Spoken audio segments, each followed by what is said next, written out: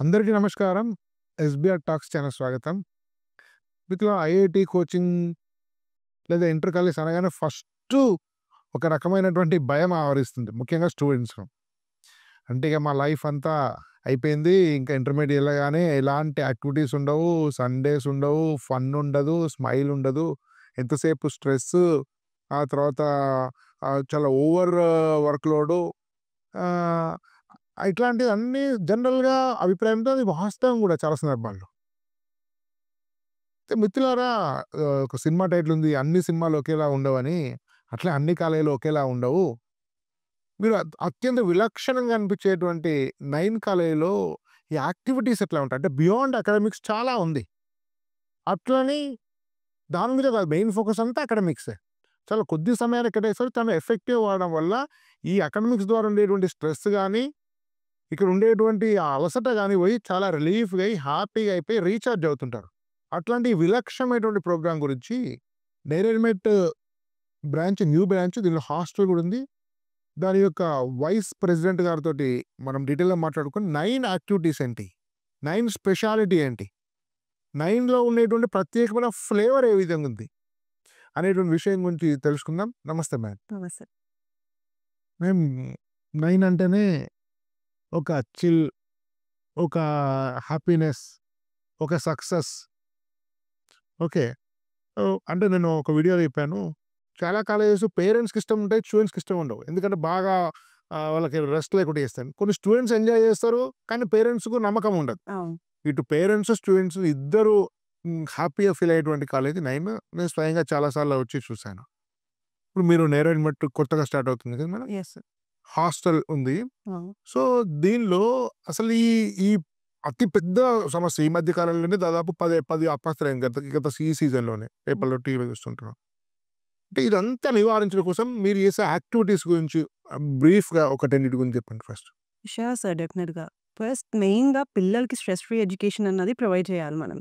Whatever it is. పిల్లలు ఎంత చదువుకున్నా గూడా, వాళ్ళు ఎంతసేపు చదువుకుంటూనే ఉన్నా గూడా, ఆ స్ట్రెస్ ఫ్రీ ఎన్వైర్న్‌మెంట్ అన్నది ఉంటేనే they can cope up in whatever they are doing. So, that is the main reason మేము ఎవ్రీ మంత్ ఒక సాటర్‌డే స్పోర్ట్స్ డే అనేది ప్లాన్ చేసాం. ఓకే. అండ్ అదే కాకుండా వాళ్ళకి ఇంకా ఫ్రెండ్లీగా ఉండాలి ఫ్యాకల్టీ తోటి. వాళ్ళు మొత్తం అంతా ఓవర్‌కమ్ అవ్వాలి. స్ట్రెస్ ఫ్రీ ఎన్వైర్న్‌మెంట్‌లో ఉండాలి. స్టేజ్ ఫియర్ అన్నది పోవాలి. ఇవన్నీ కూడా దృష్టిలో పెట్టుకొని we plan many other events like freshers day ఉంటుంది, యోగా డే ఉంటుంది, ఎలక్యూషన్స్, డిబేట్స్ ఇవన్నీ గూడా ఉంటాయన్నమాట. సో, దీని నుంచి పిల్లలు అన్నిట్లోని ఇన్వాల్వ్ అయ్యి ఈ 9 డే గురించి చెప్పండి సార్. 9 డే అనేది నార్మల్ ఇట్లాంటి ఇంటర్మీడియేట్ కాలేజ్‌లో ఇట్లాంటివి యెస్. ఒక రకంగా 9 యాన్యువల్ డే అన్నట్టు కదా? It's not like an annual day sir. But it's the best day in throughout this 9 education.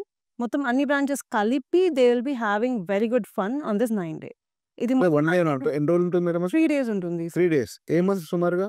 December ninth every year on December ninth అంటే బహుశా డిసెంబర్ 9థ్ కూడా చాలా మంది వెయిట్ చేస్తుండొచ్చు కదా! డెఫినెట్‌గా సార్. అసలు ఆ డే వస్తుంది అని అంటే అక్టోబర్ నుంచి the preparations will be happening. Okay. పిల్లలందరూ యాహ్! ఏం చెప్పండి ఒకసారి 9 డే గురించి ఇంకా? 9 డే ఎగ్జాక్ట్‌లీ ఏంటి అని చెప్పానంటే మొత్తం అన్ని బ్రాంచెస్‌లో హూఎవర్ ప్లేయింగ్ ద బెస్ట్ వాళ్ళందరూ వచ్చేసి they will be playing competing with the other branches. హుహు. సో, ఒక బ్రాంచ్ నుంచి ఇంకొక బ్రాంచ్ వాళ్ళకి వాళ్ళు కాంపిటీషన్‌లో అంటే గేమ్సా? Yes. Games, cricket, badminton etcetera అన్నీ ఉంటాయి. గ్రౌండ్ ఉందా మేడం అంత పెద్దది? Osmania ground sir. అక్కడికి తీసుకొని వెళ్లి ఆహా! పిల్లలందరిని అంటే ట్రాన్స్‌పోర్ట్‌లో తీసుకెళ్తాడు. యెస్. మేమే తీసుకొని వెళ్తాం. 3 days. 3 days. Yes. Okay. So, అక్కడ వాళ్ళకి కాంపిటీషన్ అన్నది నడుస్తూ ఉంటుంది. So, whoever will win they will get the trophies అన్నమాట. And they will be displayed with the teams ఉంటాయి. ఇండివిడ్యువల్ ఉంటాయా? Yes sir. వాళ్ళకి సెపరేట్ టీ షర్ట్స్ అన్నవి వాళ్ళ పిల్లలే సెలెక్ట్ చేసుకుంటారు. What T shirts they want అని చెప్పని. వాళ్ళ పేరు, వాళ్ళ నంబర్స్ అవన్నీ వాళ్ళే they will be selecting everything. Yeah! So, it's like very fun to them అన్నమాట. హ్మ్. బహుశా ఎక్కలేనట్టుంది కదా హైదరాబాద్‌వి? ఎక్కడా లేదు సార్. మేడం మీ దగ్గర క్లబ్స్ ఉంటాయని కూడా విన్నాను. ఏంటి అసలు ఈ క్లబ్స్ ఏంటి? దానిలో ఏం చేస్తారు మీరు? ఇప్పుడు ఒక్కొక్కళ్ళ పిల్లలకి ఒక్కొక్కటి ఇంట్రెస్ట్ ఉండడం అన్నది జరుగుతూ ఉంటుంది. So, many of are like into arts. చాలామంది మ్యూజిక్‌లో ఉంటారు. చాలామంది స్పోర్ట్స్‌లో ఉంటారు. సో, అది అంతా కూడా దృష్టిలో పెట్టుకొని we have different clubs. So, arts club, music club, sports club ఇట్లా డిఫరెంట్ క్లబ్స్ ఉంటాయి. క్లబ్స్ అంటే ఏం చేస్తారు స్టూడెంట్స్ క్లబ్‌లో? They will get some free time వాళ్ళు వెళ్తారు. They will have some fun. So, వాళ్ళు మ్యూజిక్ ప్లే చేసే వీక్లీ ఉంటుంది ఇది. వీక్లీ కాదు sir. Once in a month and per యానమ్‌లో వచ్చేసి we will be planning accordingly అన్నమాట. వాళ్ళు ఓకే. చాలా ఎక్కువగా స్ట్రెస్ ఫీల్ అవుతున్నారేమో అని చెప్పని మాకేమైనా అనిపించినప్పుడు గాని, లేదు అనంటే వాళ్ళు like ma'am we need some break అని చెప్పని చెప్తా వెరీ ఎంత ఫ్రెండ్స్. చనువు ఉంటుందా student yes sir. Definitely. Break ఉంటే మాకు కావాలని చెప్పి ఎంత చనువు ఉంటుందండి? Yes sir. Even with the faculty. నీతో పరిచయాలు ఉంటాయి మేడం స్టూడెంట్స్ అందరికీ కూడా వైస్ ప్రెసిడెంట్ తోటి? సార్. ఇట్లా doors will be always open. వాళ్ళు ఎప్పుడు ఏదో సమస్య ఏంది నాకు ఇక్కడ బాగా స్ట్రెస్ అవుతుంది, నేను చదువుకోలేకపోతున్నాను ఇట్లాంటివి ఉన్నప్పుడు మీకు వచ్చి చెప్తారా వాళ్ళు? సార్. హ్మ్. యాహ్!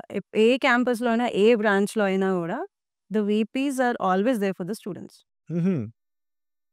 Okay ma'am. ఇప్పుడు మంత్లీ కూడా స్పోర్ట్స్ ఉంటాయి. 9 డే కాక కూడా మంత్లీ స్పోర్ట్స్ ఉంటాయి. Yes sir. Every third Saturday వచ్చేసి we are planning a sports day. We have sports day. So, near by గ్రౌండ్స్‌కి తీసుకువెళ్ళడం జరుగుతుంది.